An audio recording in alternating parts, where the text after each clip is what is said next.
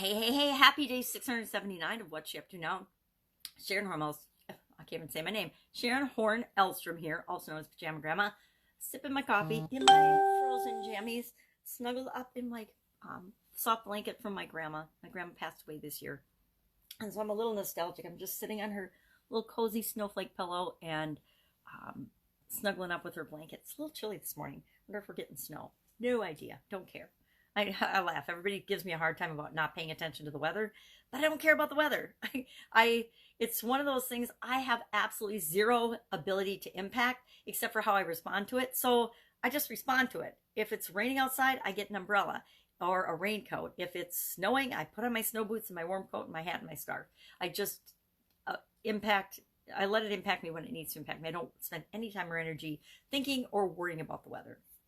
Unless I could invent a weathering machine, it's not my thing, so I just go with the flow of it. I'm not always that way with everything, right? No. I want to talk about catching flies today. Why the heck do I want to talk about catching flies? Because we all want to attract certain things into our life. Let's say flies are people, places, things, and experiences we want to attract into our life. We want to catch flies.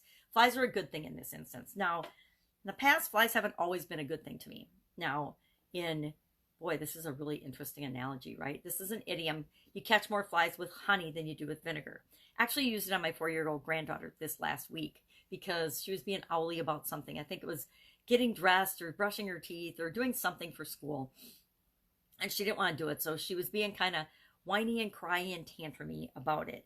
And I said, honey, you can catch more flies with honey than you can with vinegar. And then she's like, what does that mean? Because that was a pattern interrupt for her. It was something she'd never heard before. And so I got to use that as the thing that got her to behave the way I wanted her to behave in a positive, sweet way instead of being frustrated and not doing what she needed to do to get ready for school. We do the same thing, hopefully with ourselves and with the people we want to interact with, the people we want to have relationships with, the things that we want to bring into our life. We want to attract them into our life. Well, we can do that by being sweet and agreeable, and we're going to get more of what we want in our life by being that way than if we are bitter and disagreeable and negative and pessimistic about things. I love the expression, you get what you expect. I joke that it's part of the reason for my divorce because I knew that whenever I was having a discussion or argument with my husband, if I wanted it to be over, all I'd have to do is work the expression, you get what you expect, into the conversation, and that would shut it down because that was a belief that he didn't hold. He didn't believe that. He didn't believe that he had control over things in his life and could make things happen.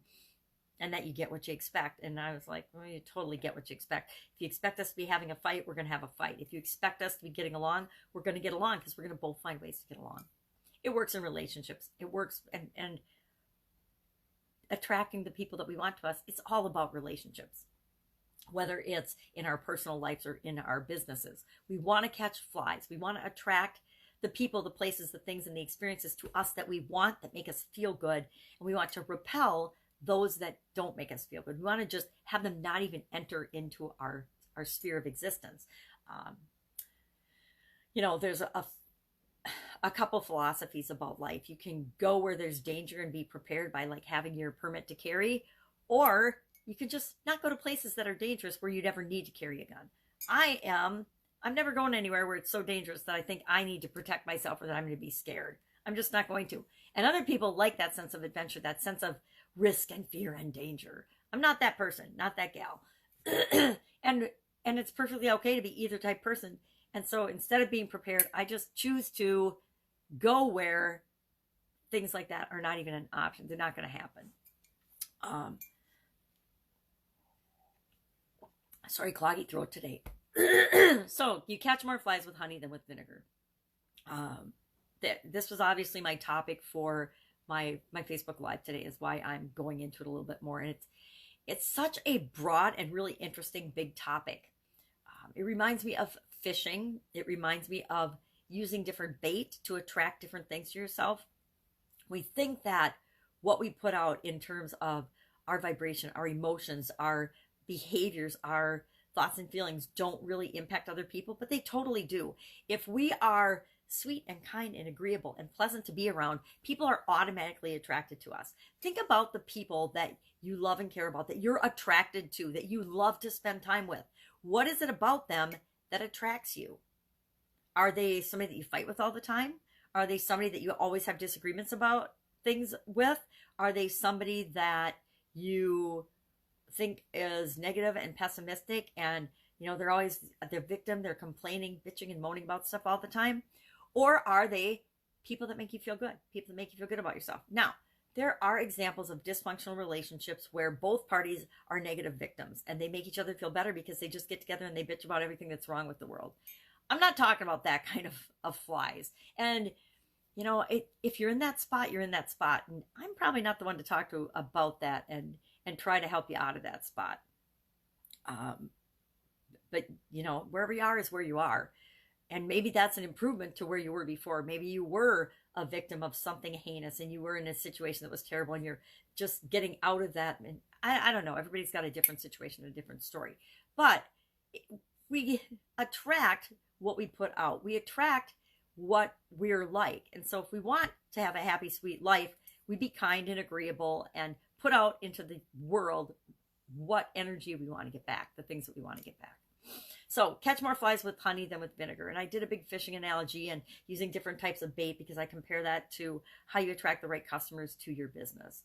So I guess I'm done talking about catch more flies with honey than with vinegar. I would love to hear if you have a story about that. I have lots of stories about and examples of, especially in the food business, how to catch flies and why we want to catch flies and why it's important to get those flies out of our work environment.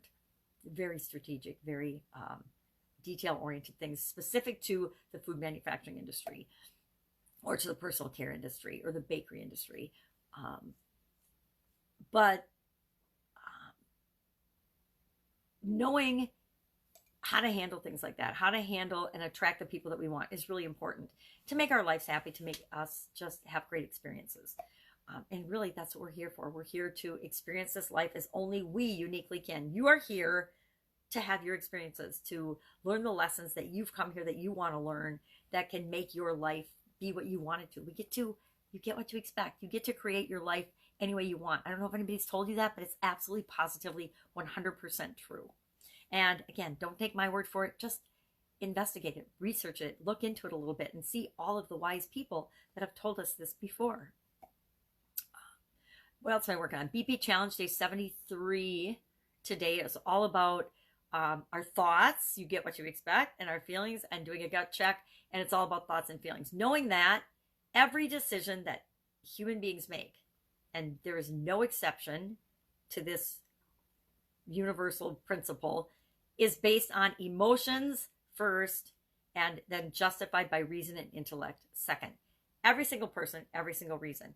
Even if you say you're making decisions based on facts and figures because you want to look smart. It's because you want to look smart. You want to look like you're making decisions based on knowledge and wisdom and facts versus saying that I'm doing it based on some kind of an emotional reason. No, the emotional reason is you want to look smart. How do I know this? Because I used to do this. I would get all this data and all this information to back up the decision and to decide what choice I was going to make. And then I would think that I was making the rational, right choice based on all this information, all this knowledge, all this wisdom, all this data. And that's why I was picking this solution over another. But really, I was doing all that because I wanted to look smart. I didn't want to look stupid. More, I didn't want to look stupid than I wanted to look smart, right? Or I wanted to look like I was on top of everything and I knew what I was doing all the time and I was always going to have the right answer, right?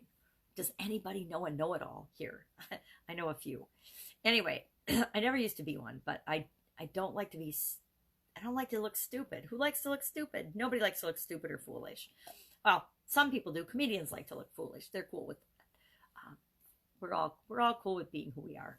So that was today, day 73, all about,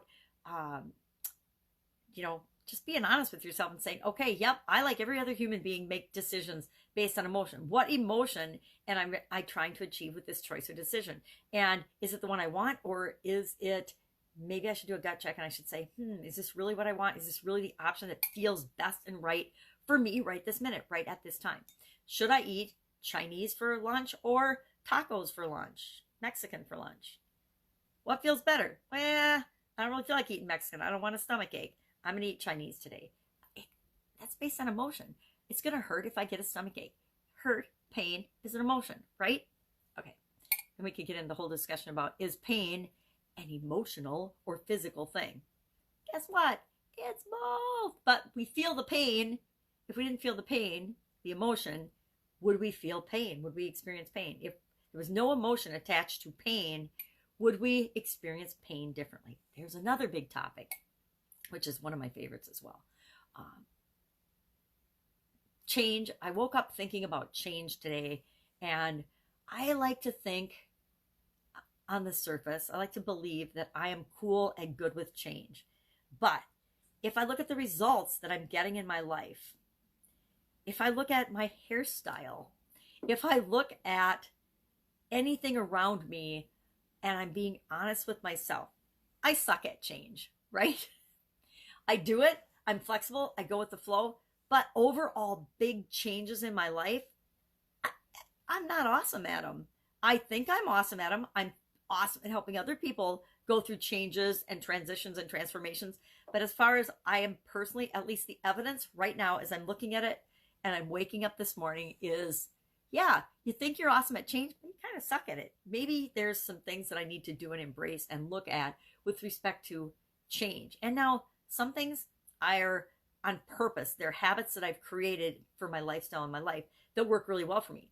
Those things I don't want to change. Those things I want to have be rituals and habits for me. But there's other things that I, like everybody else, want to improve and change about myself, my life, my situation, my lifestyle, my beliefs. And maybe as well and as good as I thought I was at these things, I need to take another look at it. We always need to take another look at things. We are all a continuous work in progress, no matter what we achieve. I was having this conversation with a group last night,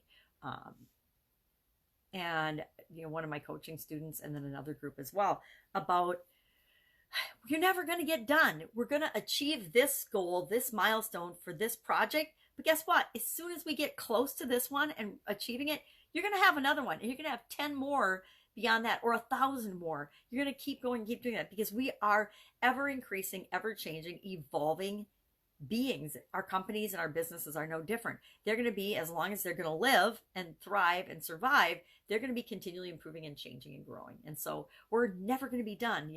Yeah, we're going to be done with this one project, but guess what? There's always going to be more projects. There's always going to be more challenges. There's always going to be more things to do. And that is what keeps us going. That's what makes life fun. So that's what I'm working on. Again, end of the year project's big. Gonna do a little self-evaluation and think about change a little bit more, because like I said, there's things that we think we're really good at, and then we're like, yeah, maybe my results are, I'm not so good at that. Maybe I'm not as good at that as I actually thought I was. Or maybe it's something I've been totally ignoring or not even been in my radar, that now it's time for me to develop and make some changes, make some alterations, I can't even say change, make some changes to my thinking and my beliefs, and then that will in turn change my results, which is always a good thing. That's it. That's all I've got today. I have got a super busy day today. Lots of things going on. Going out to my house, which we're fixing up to sell, and checking on the progress of that and making a list of what are the projects that I need to do over the weekend to actually knock this out and get it gone. Or into the hands of someone else that will be blessed by it is a better way of looking at it, right? 4-year-old daughter, a personal change that I'm going to make today, which I will surprise you with tomorrow. And then if I can help you in any way, hit me up in the comments below. That's it. Have an awesome day. I will, of course, be with you tomorrow. Bye.